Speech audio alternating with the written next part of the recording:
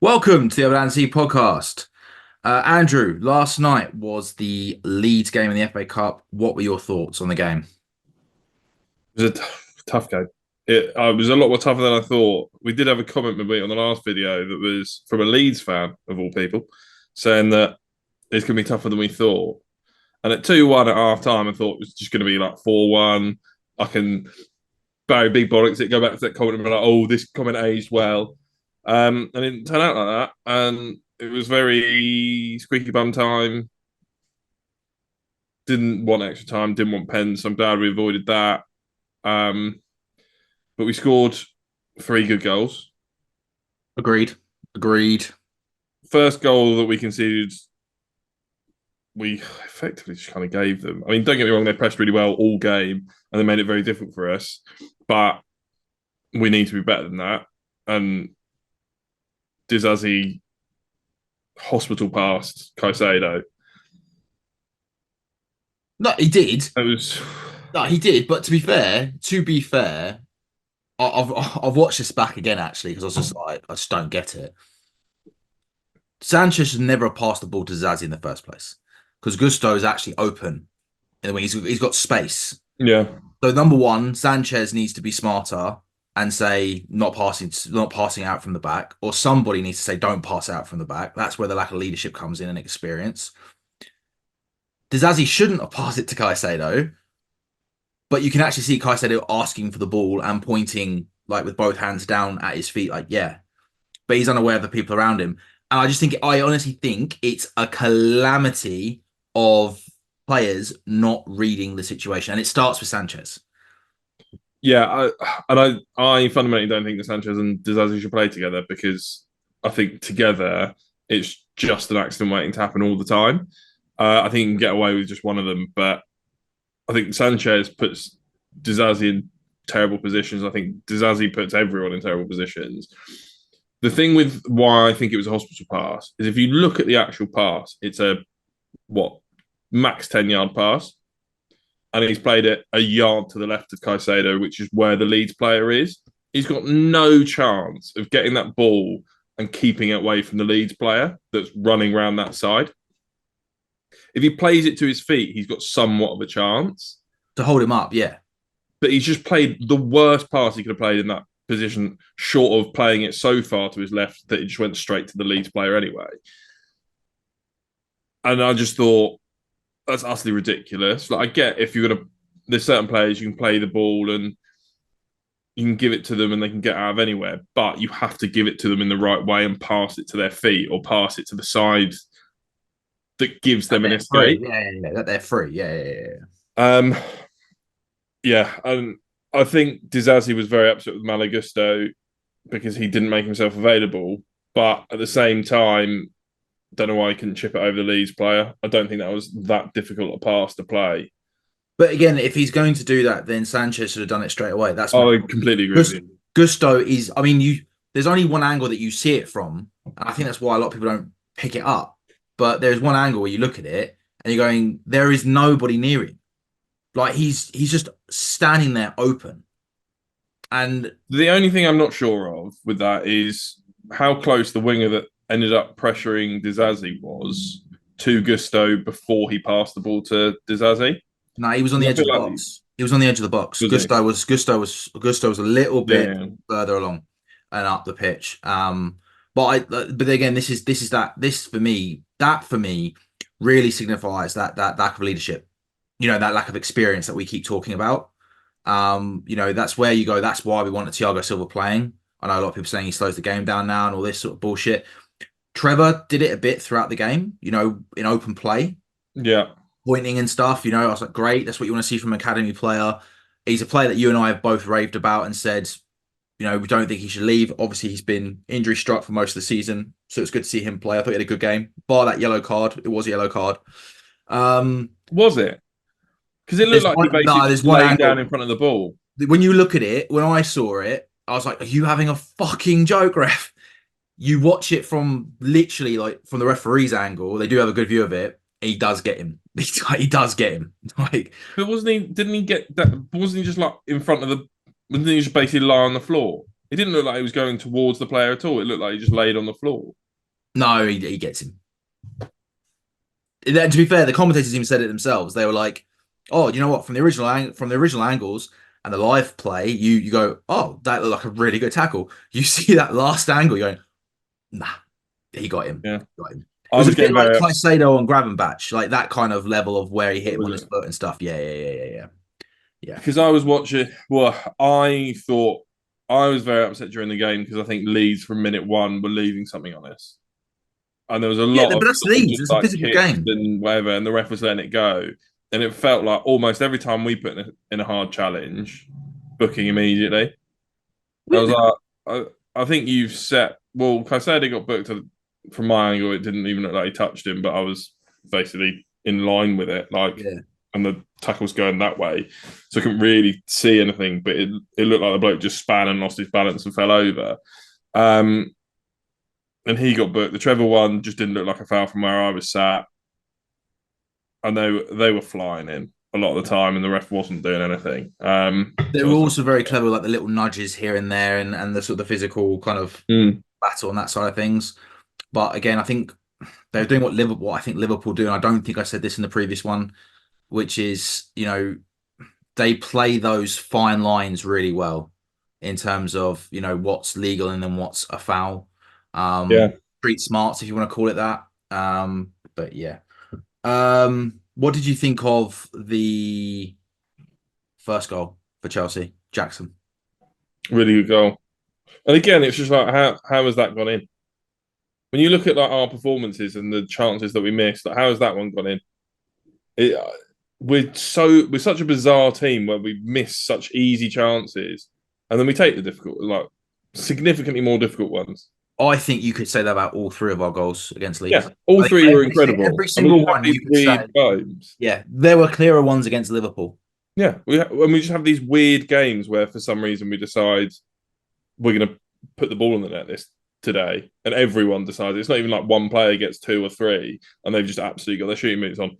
All of a sudden, it decides that everyone's going to be clinical all of a sudden, and you're like, where's this come from, and why can't we just like stagger it a little bit so that It's spread out over a yeah, series of games we get rather than a couple goals every game rather than a yeah, 4-1, yeah. like, and then a 3, and then a 0, and you're like, very frustrating. But I thought all three goals were very well worked, and three of the better goals that we scored this season. Yeah, I mean the build-up play with that one in particular, I mean Noni was involved in two of them, the first two. He did really, really well. But I mean the triangle play in that first one between, he goes Jackson to Noni, Noni to Caicedo, Caicedo to Jackson.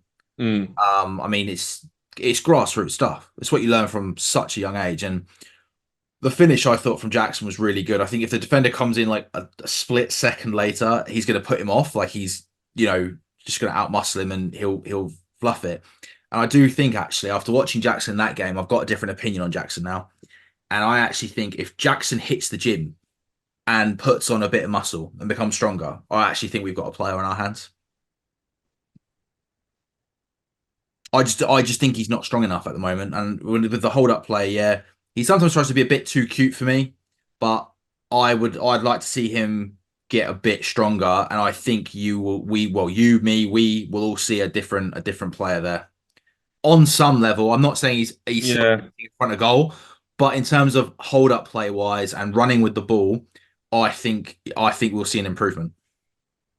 I think there'll definitely be an improvement. I think he's got a very good base level of certain things, but there's just like he's still got the Bambi on ice thing about him, like the giraffe on ice or whatever it was that the bloke said behind us one week. Giraffe But and Ice and Giraffe taking his first steps or something like that. Yeah. there's just certain points where he quite clearly just kicks the ball with a foot he's not trying to kick the ball with, and I'm like, like?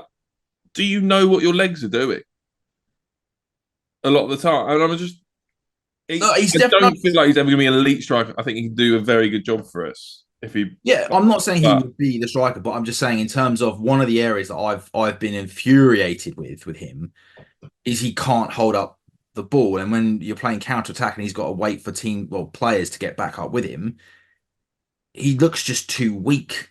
It's not that he's not. It's not that he's not putting in effort. It's not that he's not mm, trying. He just doesn't look strong enough. Mm, And I feel like he's trying to run more and gets confused with his feet because he's got to try and almost outpace everyone. mm, And Konate was quicker and stronger than him, in the Liverpool game.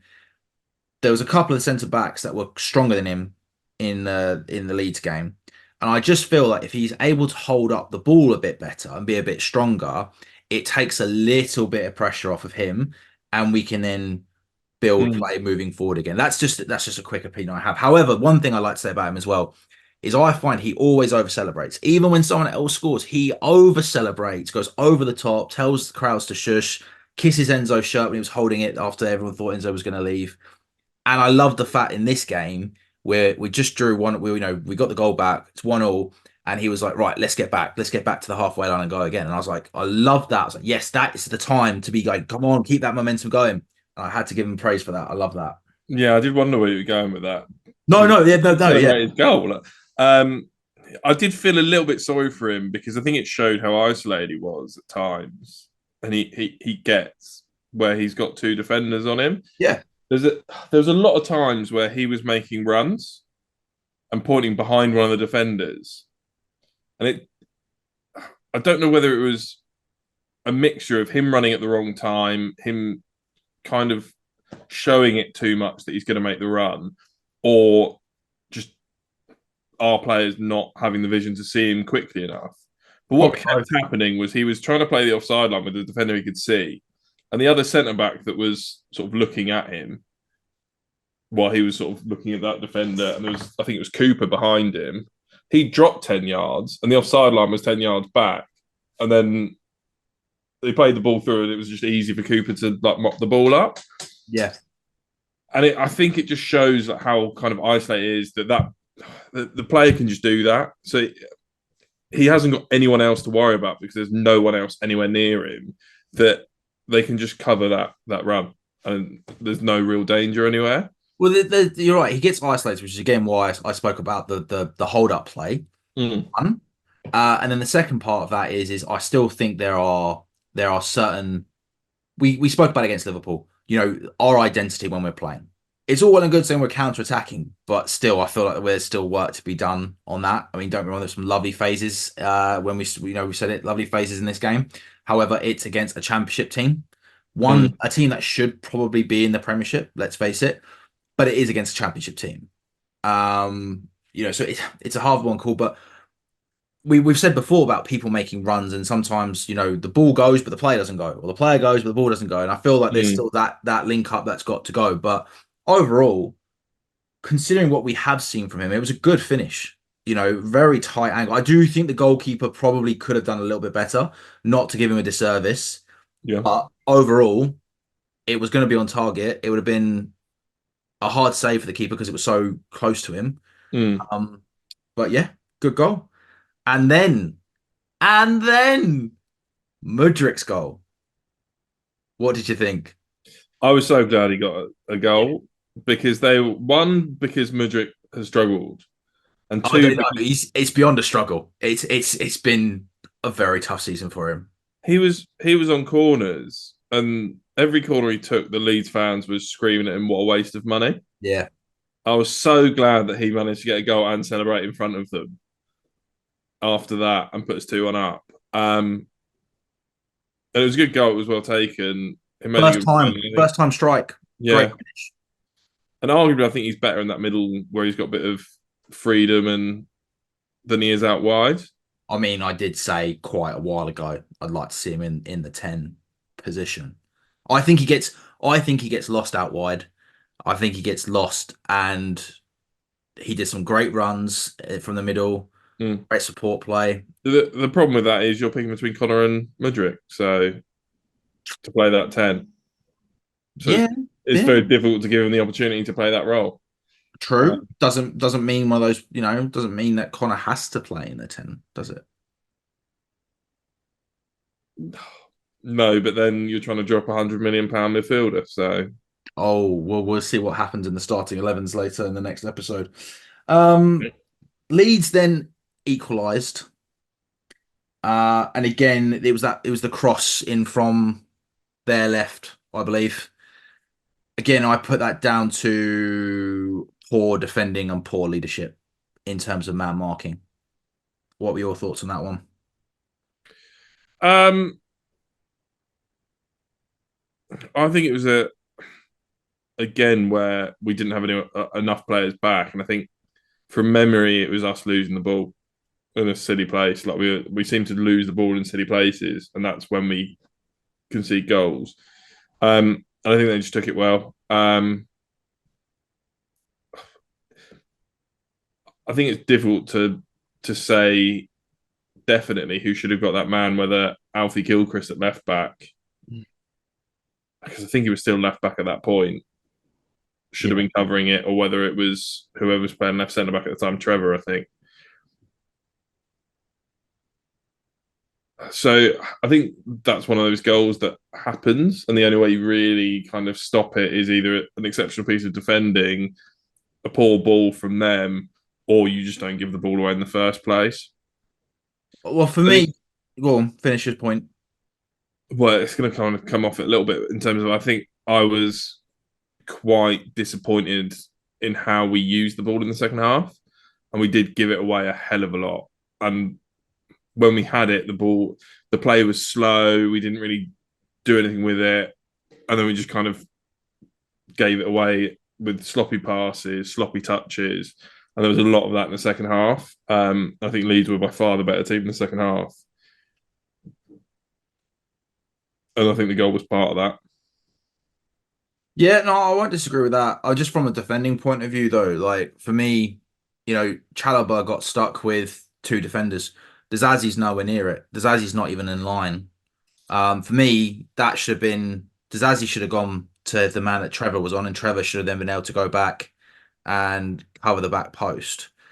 Um, I think you're right. I think it was Gilchrist still on the left back of that position. Just while we're on that point, were you not a little bit surprised that Gilchrist started at left back and Gusto started at right back when Gilchrist normally would play at right back and Gusto can play at left back? Yes, I was thinking that during the game. I was like, that doesn't. I'm not Yeah. sure that necessarily makes sense. No, Um, I was amazed by that one. I really thought it should have been the other way around, but I don't know. Maybe they thought player wise, Dan James was going to be easier for Gilchrist than Anthony. Maybe it's a speed thing. I don't know.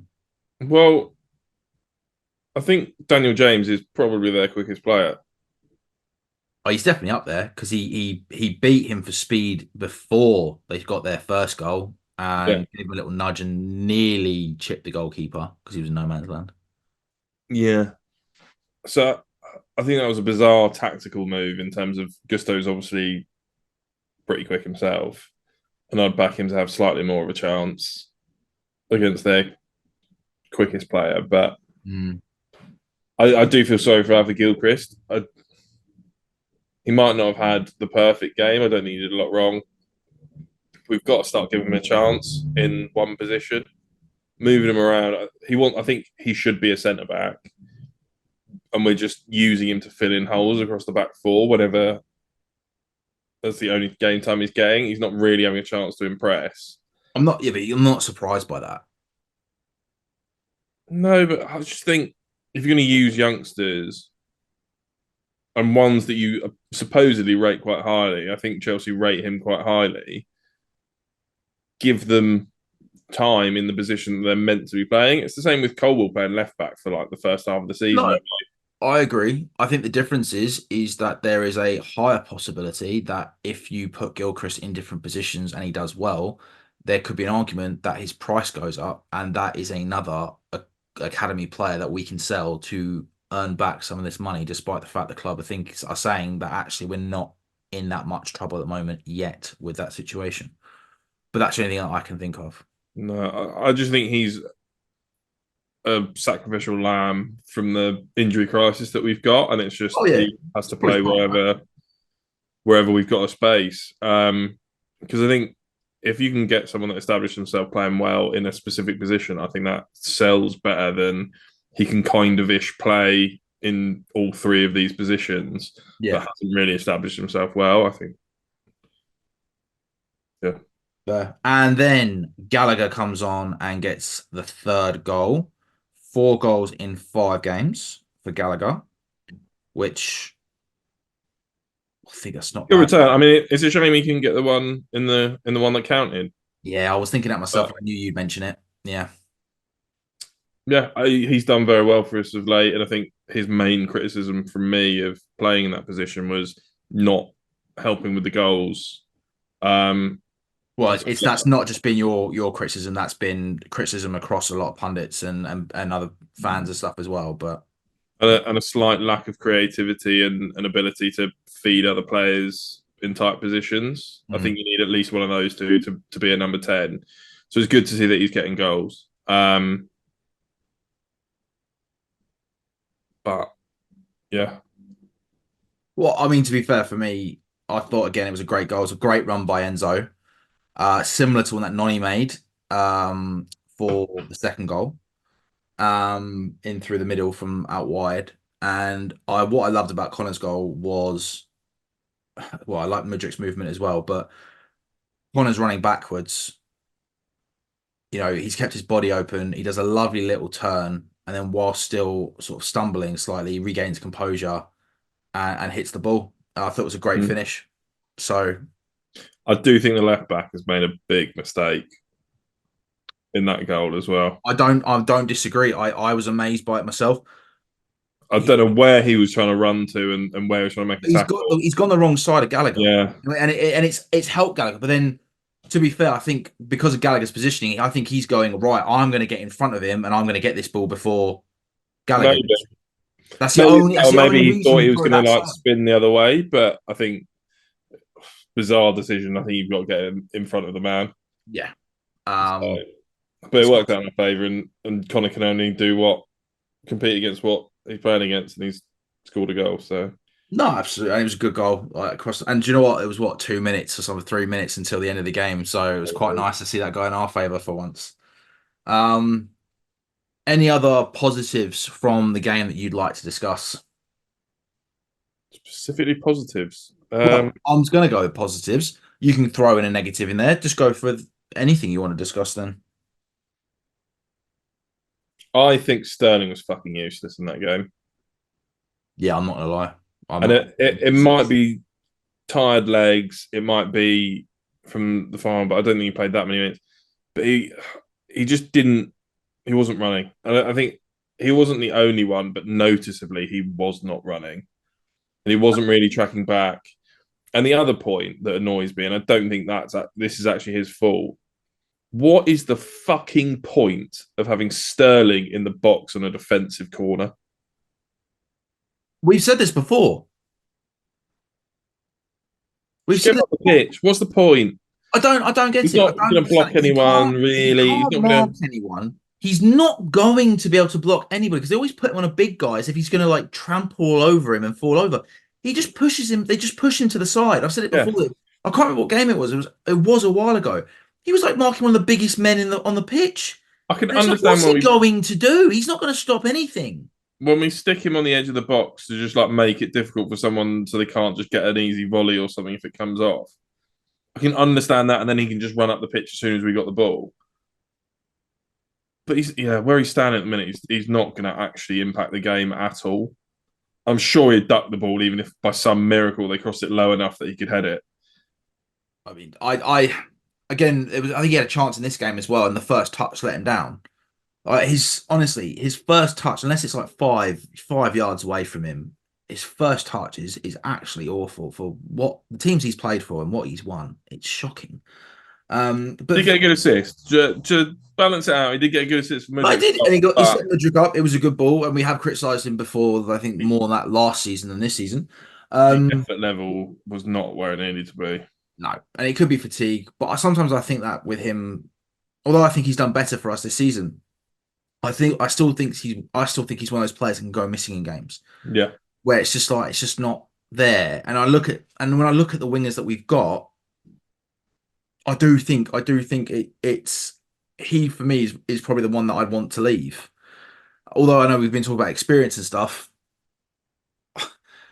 I just feel like he's similar to other wingers, and if not, I think the other wingers are showing more as the season goes on than he is more than anything else in that. And I'm yeah. like, and I'm not being funny. I'm really hoping that we sign Nico Jackson from Bilbao. So, you I haven't know, watched any of them.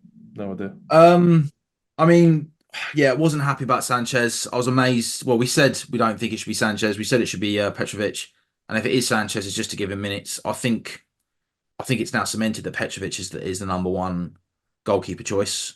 He is in my head anyway. Oh yeah, I I don't can't think just thinking see any about it. justification. No I justification. a shiver goes down my spine every time the fucking ball goes back to Sanchez. I don't want him touching it. No, absolutely. I thought Enzo had a good game. He was captain for that game, especially after he took a lot of criticism from the League Cup final about some of his passing and stuff. Darren Bent, was it Darren Bent? Yeah, Darren Bent on Talksport slaughtered him, among a few other people. And as I've already said before, it was good to see Trev get a go, and it's like he's not been injured. It's like he's just how he was last time he Yeah, played for us, really. So it was good to see. Who was your man of the match? I was not prepared for this question. Have you got one? Well, I I think there's a few to choose from. I was in pick some. one, so you don't take my one as well. Do you know what I'm going to agree with? I didn't know this until today, but I am going to agree with the one that was given to the player that actually won man of the match, which was Mudryk. Yeah, I think he played well. I really like how Noni played. Well, yeah, he was involved. Came up quite early, but I I didn't. thought he Yeah, it was a played weird well. one. I was surprised he came off early. I did not understand that. I was fuming that Sterling wasn't taken off at that point. That's what I was thinking because he's played less You. minutes than Sterling recently. The And only thing I can Sterling's think had of is was that the point where we bring Cole Palmer on, and I just no, don't think was it not. no. I couldn't work out what it was. I genuinely had no idea. Maybe Potts saw something I didn't. Maybe other Chelsea fans saw something I didn't. But I thought everything up to that point that was good and good play, I thought started through Noni, and he was sort of the catalyst for it. And anyone that was driving through Leeds players was Noni. No, I thought he had a good game. I I thought he had thought a go good game. well. I mean, it was Noni, even though he didn't. I think he deserved to play longer. Yeah, no, I agree with that. Cool. Right. In that case, thank you all for watching this episode of Land Sea Over Land and Sea podcast. Stay tuned for the Brentford pre-game analysis. And as always, please like, share, comment, subscribe, follow, and thank you for watching.